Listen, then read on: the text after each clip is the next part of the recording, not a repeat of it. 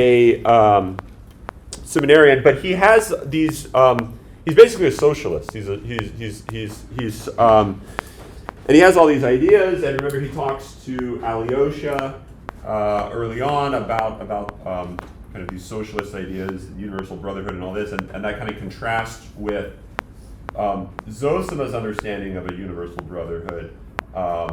And the whole point of, I think, highlighting this is that Kolya is a figure who you can clearly see when you read this. It doesn't take much. You can clearly see that he's lying to himself about what he believes. And the reason he's doing this is because he doesn't want to seem childish. He doesn't want to seem absurd. He wants to be respectable. And it turns out that he, upon like all of the things he says, like he doesn't really mean any of this. And the actions that he takes are actions that follow from these ideas that he doesn't actually really believe. So he gets these ideas, and he doesn't really hold them because he really thinks they're true.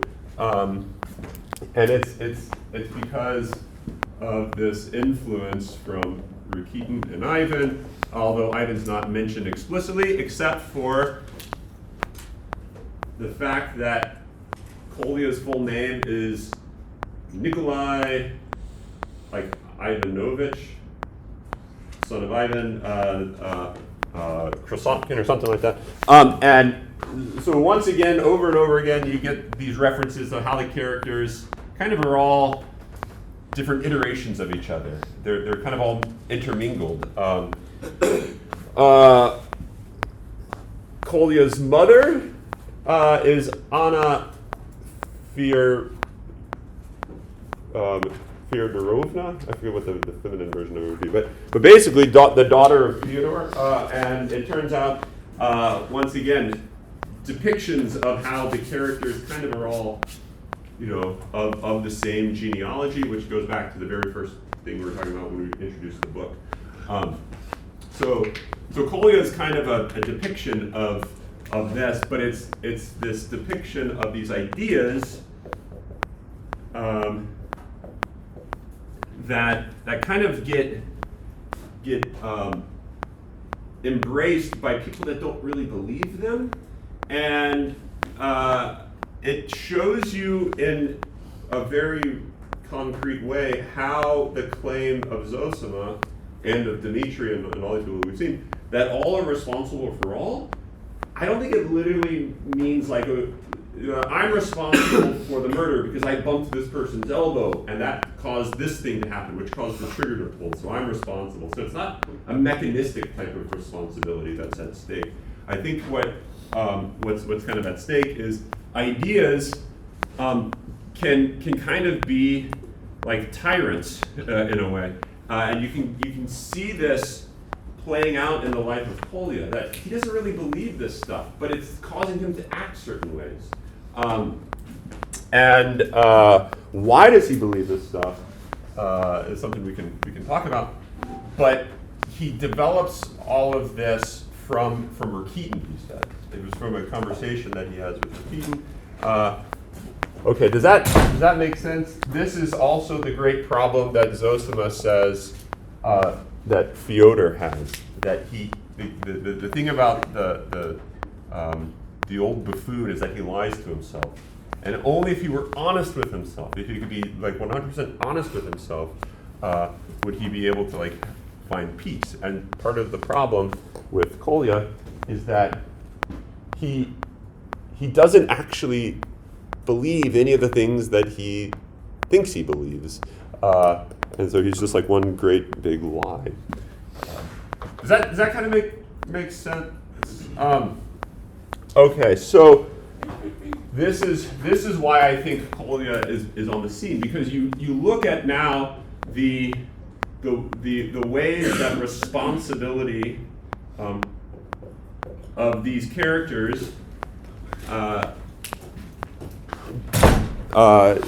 becomes a reality. That Rakitin, Ivan, you'll see Dmitri Zosima, all these people become responsible for the events of this book. Now, they're all not in the book, right? In this part of the novel, because Ivan doesn't come on the scene. Smerdyakov doesn't come on the scene, like in a physical sense, right? Dmitri doesn't come on the scene. Zosima's dead, and so it's like, how do you say that all these people are responsible for these events?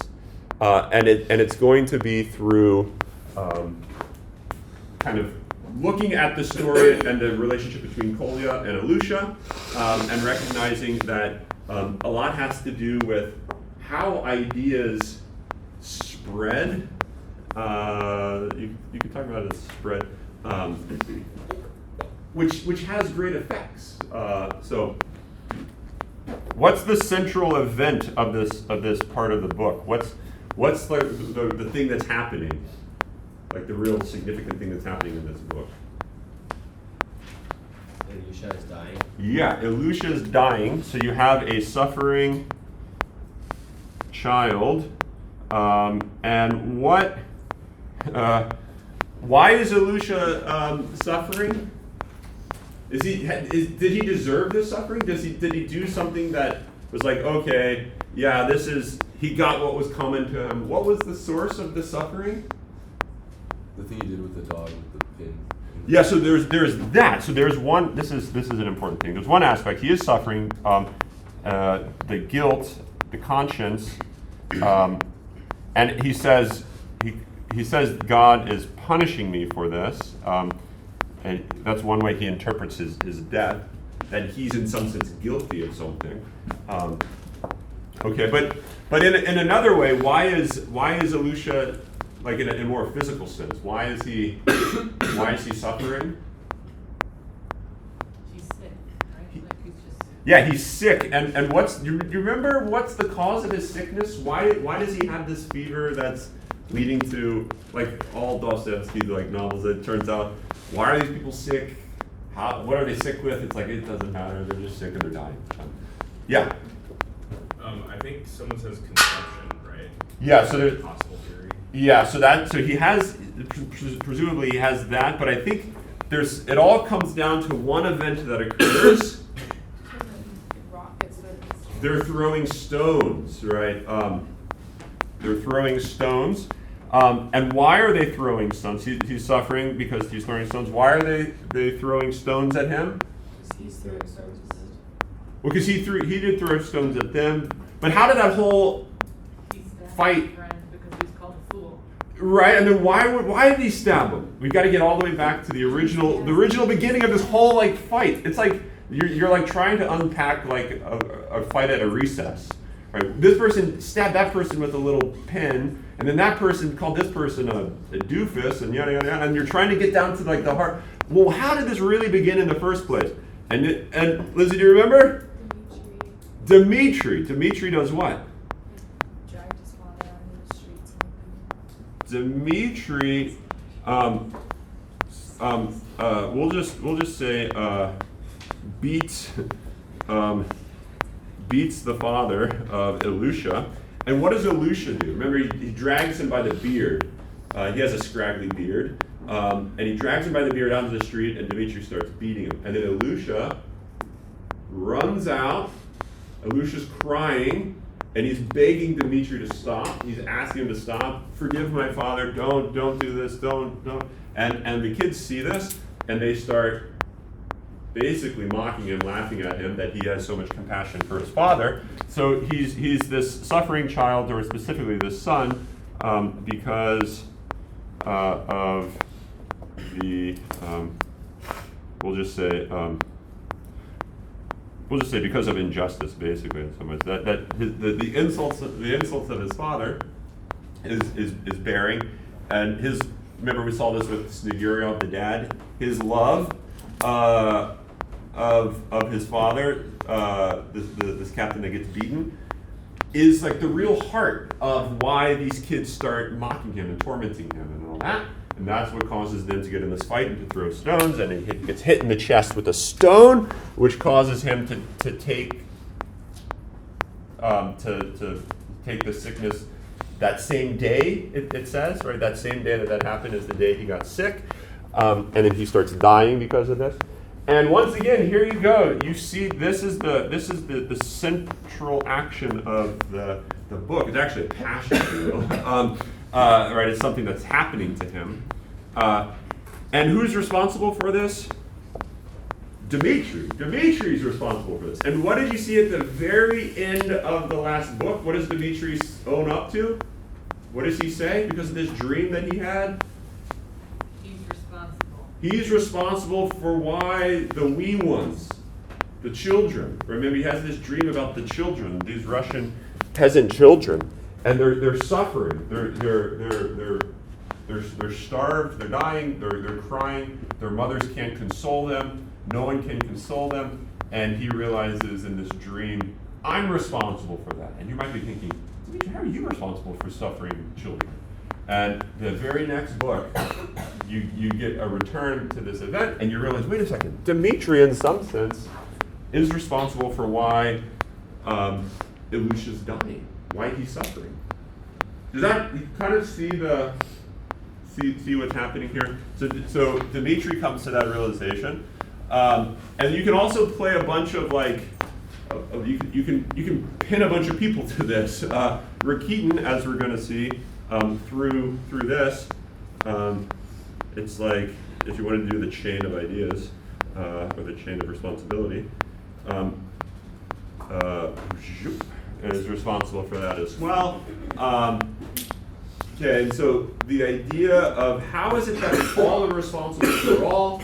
You're getting a look at like uncovering. You peel away the top surface, and you can kind of look down below, and you can see how it might be the case that all are responsible for all. Not in like a mechanistic type of way, but in a just a very natural sort of way. Dmitri is very present in this book, and I think Ivan can be thought of as like a Rakitin figure too, because remember, Ivan's someone who says a bunch of things, but he doesn't believe it himself. And what torments Ivan, going back to earlier in the book, is that he knows he doesn't really believe a lot of the things that he says. He wants to believe the things he says, which is what torments him. He wants to be an atheist. He wants to rebel against God, but can you really pull it off? Right? And this is what Kolya is trying to do. So, okay, you kind of see this little bit of the background, the scene setting of this book. Questions or comments, thoughts about anything that's occurring in here? Yeah, Sarah. Is this happening as the same timeline as like the whole thing with Dmitri? Yeah, okay, good. So I believe there's a passing reference that Kolya says, look at that, Illusha. How does he have so much time to come visit a dying peasant boy when his brother is getting ready to be charged with murder? So it's like after Dmitri is arrested, and, well, we haven't seen it yet, but before the trial that's getting ready to occur. So it's basically at the same time, right around there. And Alyosha has already left the monastery. He's wearing normal clothes. He's not wearing his habit. So it's yes. Okay, this is like a big picture question, but Yeah. if you're gonna answer it later, then no. But, so it seemed like when reading Kolya, whatever, he was going to play a trick on this kid with the dog. Yeah. That- Yes. And the cannon, it almost seemed like he was going to do damage with the cannon, like he had this trick up his sleeve. So this whole, because he talks about how he's like going to deceive and reading, Yeah. got the wrong references or something. Yeah. And then this cannon comes into play, and so I'm waiting for like something bad to happen, because it seems like this kid What? was gonna pull a trick on him. Yeah. But the trick doesn't happen. Yeah. Unless the dead dog was the trick, but I don't know, I was just confused, and so Yeah. I was waiting for Yeah, good. So yeah, I didn't think about the canon thing, but I did the dog. The question of the dog, and is the dog actually the dog that Illusha harmed or not? There's this ambiguity about that, because originally Kolya says, look, I found this dog. His name's, I don't know how to say Russian names, Perishwan, something like that. I found him, I trained him, he's a great dog, but he's not Zhuchka. He's not the dog that Illusha pinpricked. I don't know. Right. He's not that dog. And I know you all want him to be, but he's not. And so you're like, okay, he's not that dog. He's like, then I'll play a trick. He's like, oh, maybe he'll play this great trick. And then it turns out it seems like, no, wait, he was that dog. He just didn't want people to know it. Is it the same dog or is it not the same dog? Is like the question that my guess is most people that read it, that was the question that you had is this the same dog or not? And I think we'll talk about this because you raised the question. I was going to do it a little bit later, but this is a good question. What's the dog's greatest trick? Playing dead. Okay, so the dog's greatest trick is that it can play dead, and only Kolya can raise him up from the dead. Yeah, and I get this impression, and different times I've read it, I have a different reaction. I sort of think, no, it's not the same dog, but Kolya like treats him as the same dog, and so it's anyway. This time reading through, I got the impression it was actually the same dog that Illusha had harmed, and what I think might be deliberate is because it's certainly ambiguous. Right. It's pretty clear that that the author of this novel wants it to be ambiguous. Is this the same dog that Illusha hurt or not? Like you don't know. And I think there might be something deliberate about this ambiguity. And it turns on is the dead man the same as the what was called the resurrected man. The new man is the old man the same as the new man? Is the dead man the same as the reborn man? Is this dead dog, which plays dead, the same? Right, the risen dog of the Perishwan is the same as Zhuchka. Are these the same? And there's this like outside, it's kind of ambiguous, and so I think there's some. I mean, I'm not, I don't really know anything about literature, but there's some like something deliberate in how this is all framed that has to do with that exact question, because over and over again you also get this reference that only if you Kolya could bring back that dog. This is what Alyosha says. Only if you could bring back that dog that Illusha hurt so much, it would resurrect Kolya. He would be resurrected. Right? That's actually the phrase that's used. I don't know if I'll be able to find it right now, but and it. I don't think I'll find it quite yet. Yeah. Anyway, so I think that's kind of that's my understanding, at least, of that aspect of it. No. But why was he holding the dog back? Part of me thinks it has to do with his and we'll talk about this right now. But the way that he is trying to form Illusha. He wants to, he sort of has this great idea that Illusha can be molded, shaped, as he says. He can discipline his character. He can create a person out of Illusha. But that has to come through like holding things back from him, and we'll get into this. And so part of me thinks it's like his way of kind of getting back at Illusha. That he holds the dog from him. But to understand that interpretation, we got to read this. But so keep that thought. But let me just read this. So the real drama between Kolya and Illusha turns on why Illusha starts to despise Kolya. Why does this one boy start to hate this other boy? And then vice versa, and then it kind of just spirals out of control. So this is on 534 of this edition. And if you become a parent, not like a parent, but like a person with children, you'll see how common it is to fall into this mindset.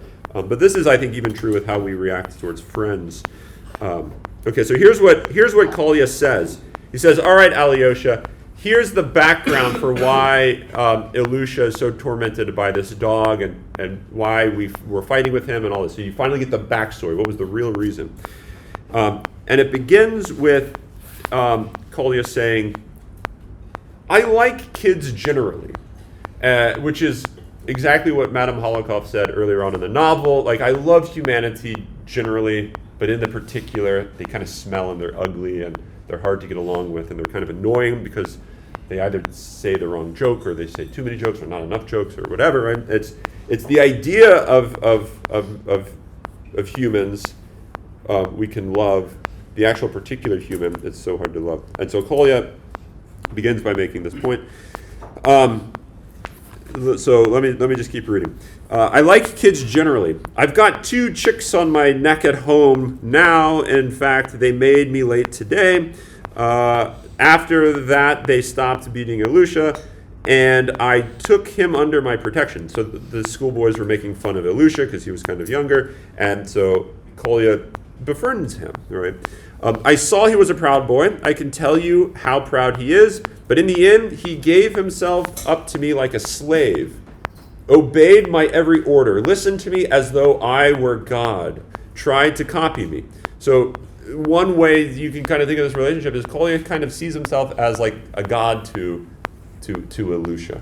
He's like his savior in a way.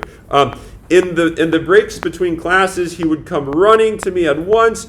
He would walk together. We would walk together. The other schoolboys would laugh at us, but that's just their prejudice. Yada, yada, yada. I was teaching him, developing him. Tell me, why shouldn't I develop him if I like him? And you did befriend all these kids too, Karamazov, which means you want to influence the young generation, develop them, be useful, no? So Alyosha, he's talking to Alyosha here. Alyosha befriends all these children too.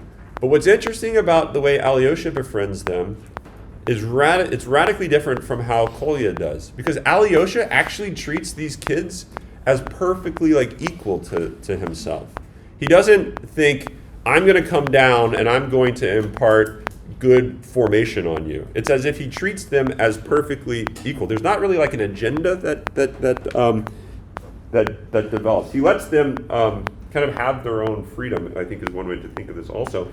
Because what Kolya likes about Illusha is that Illusha was his slave. He was like this, like completely devoted to him. And that's not exactly how Alyosha responds and thinks of these children. And I admit this trait of your character, which I knew only from hearsay. But back to the business. This is the important part that highlights the relationship between Kolya and Illusha. I noticed that a sort of tenderness, sensitivity was developing in the boy. And you know, I am decidedly the enemy of all sentimental slop, and I have been since the day I was born. Who else have we seen that was against sentimental slop, tenderness? You remember? We talked about this last class in passing. It came up also a couple weeks ago. Who hates the Russian sentimentalities, the Russian like tenderness? Smerdyakov does. Yeah, good. Smerdyakov does. Okay, so he's like, look, this is like childish to be so sentimental about all this sort of stuff. Moreover, there were contradictions. He was proud but devoted to me, like a slave. Devoted to me like a slave. Yet suddenly his eyes would flash, and he wouldn't even want to agree with me. He'd argue, beat the wall. I used to put forward various ideas sometimes, right? He'd propose various ideas to Kolya, to Illusha. But because Illusha was too sensitive, too tender, too sentimental, it's as if he couldn't accept those ideas. Like you could think of Illusha as a kid that can't lie to himself. He can't ignore the love that he has for his father out of the idea of how he should act as a respectable 12-year-old or whatever, right? It's as if he's completely okay being absurd in the eyes of his schoolmates because he's just too honest with like this aspect of himself, the tenderness, the sensitivity, and so forth. And so what would happen from this, when he proposed these ideas, Illusha would fight against them from these. Kolya says, I could see that he was simply rebelling against me. That is, like, Illusha was rebelling against his God. Right? This is like it's like a microcosm of what you see between Ivan's rebellion and God. You see in a microcosm form between Illusha and Kolya, right? It's just another version of that. Because let's see, he was rebelling against me personally because I responded coldly to his sentimentalities, and so the more sentimental he became, the colder I was. In order to season him, I did it on purpose because it's my conviction. I had in mind to discipline his character, to shape him, to create a person. Right, so it's like he wants Kolya to fit these ideas of what it is to be a respectable boy, right? And he sees that Illusha is a little too sentimental. He's a little too boyish. He needs to be more of a man, and so he tries to get him to be more of a man. And one way he does this is by being cold to him, right? Make him feel guilty. Make him feel like he's an outsider. And once you feel like an outsider, he'll be brought back. He'll come groveling back in. And what happens though is because Illusha is completely okay with not lying to himself, is that he stays an outsider, and he despises all the other boys, and then the fight ensues, which then leads to his getting hurt and harmed. And so you kind of see that it's actually Kolya that's responsible for why Illusha's dying, right? So you get all these different views on who's responsible for this, and you see that it's Kolya, but it's Kolya through this sort of stuff. He's wedded to this, which is what leads to bring that about. Okay, but then within this book, you also get someone who brings Kolya back to reality.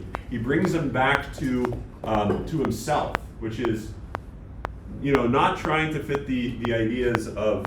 He says he's 14. No, he's not 14. He's 13.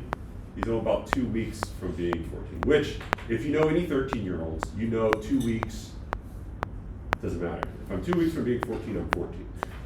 That's teenagers for you. And so, perfect characterization, I think, of someone who wants to be respectable.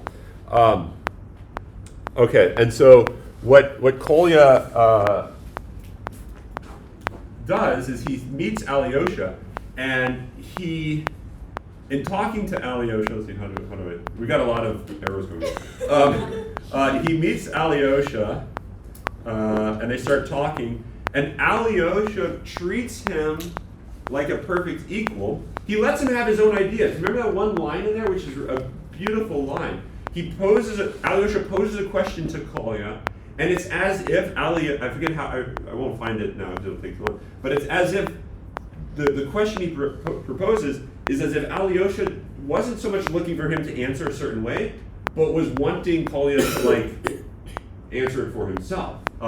And so there's a complete sense that there's this real freedom that's being given, which is really where the respect is felt. Kolya feels incredibly respected by Alyosha, not because Kolya has proven his own respectability in Alyosha's eyes, which he's trying to do. He's trying to prove himself as respectable by saying, look, I know who founded Troy, and I know, what else does he try to, I know, I've read, has he read Pushkin? No, he hasn't read Pushkin. I forget exactly everything he drops to try to like prove that he's a respectable person.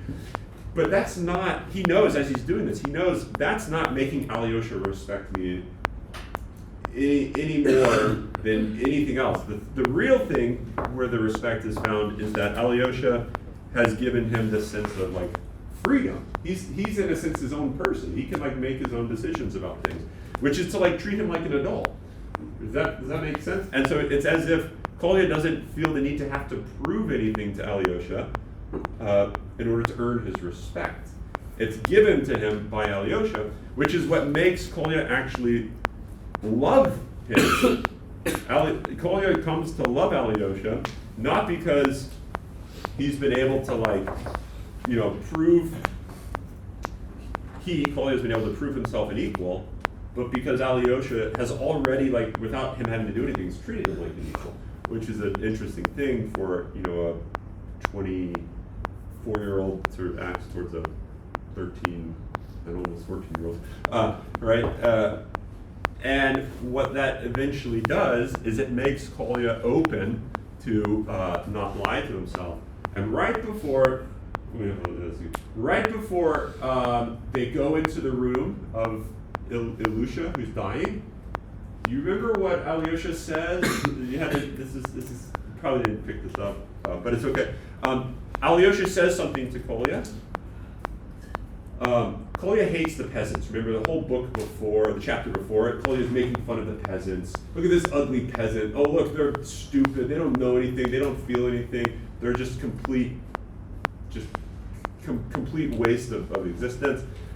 No respect for the peasants at all. These are like adult human beings that are like, working and suffering to provide for the family, and he's just completely making fun of them right and left.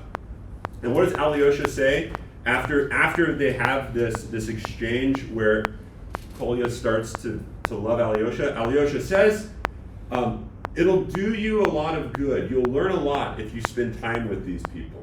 And these people, the people that you're getting ready to go meet. So Kolya goes in, and this is how I like to think of this. Kolya is a kid who is acting like an adult, and he goes in and he finds this mother, the mother of Illusha. And can someone say something about the mother of Illusha? What is she like? Do you remember? She wants the cannon. Yeah, she wants the toy cannon. She gets really pissed off at the fact that the boys are huddling around the little puppy and she can't see the puppy. Like, let me see the dog, right? And then, it's over the top actually. It's a little too like absurd that Kolya says, "Here, have this cannon. You're dying. It would be good for you to have this cannon." And what does the mom of the dying boy say? "I want it. It's my cannon. Give it to me." And then Kolya's like, or no, the dad. I think it's the dad. "Oh, you can share it. You can share it. It's yours, but And she says, "No, I don't want to share it. I don't want to share the toy. It's mine," which is like completely out of like a kindergarten classroom. Here is this mother who is acting this way, and so you get. I think it's kind of an over the top proposal of this. Milt, who is acting like a child. We'll bring it down. This great contrast, right? A really great contrast. Kolya is this child who's trying to act like an adult, and here you have these peasants who are just they don't need to prove anything to anyone, and they come off as kind of what they are, which is just complete children. And this is a question that I think is worth asking yourself, and is like the difference between an adult. Oh, here I am. I'm almost 40. And sometimes I think, I'm far more mature than I was when I was 17, 18, but then there's days when I realize I haven't really advanced at all. I'm still just as childish as I was. And sometimes I kind of think, I can't believe that I got a job. I can't believe, right? I feel just as, like, there's no way you would hire a 17-year-old to do these things. And like, can a 17-year-old raise a bunch of kids? It's like, no, they're just a little child. But deep down internally, sometimes that's kind of how I still feel. And so I think the question throughout the Brothers Karamazov is the question of innocent children. But if it turns out that, in a sense, all of us are children in this regard, it's a question about the suffering of all of us, and perhaps there's a way in which we suffer, and it should be thought of more like how you would respond to children. And now, one way to interpret that would be kind of demeaning. Oh, that demeans adults to treat them like children. But not unless you think about the relationship between adults and children in the way Alyosha does, right? It actually dignifies children, and it makes them like adult-like. It makes them actually capable of having a sense of a real life.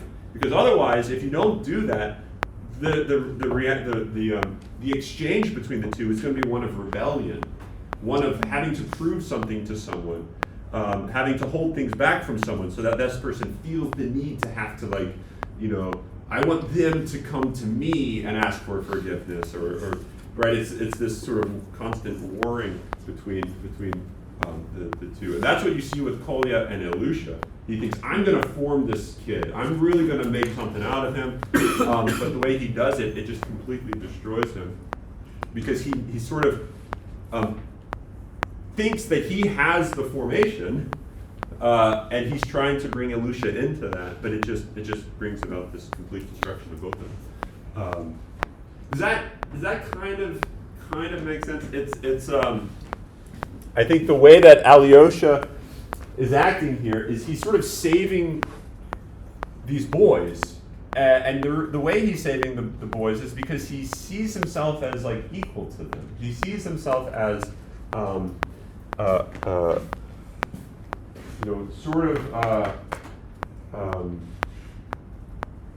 guess I'll just say they're equal, and that's what Kolya kept saying over and over and over again. Okay, what's your comment when Alyosha went and he was stern with Illusha Yeah. at the very end when he's like, because he was being disrespectful to the doctor. Yeah. That whole time he kind of was stepped back, but then he was stern. Yeah, and I think it's so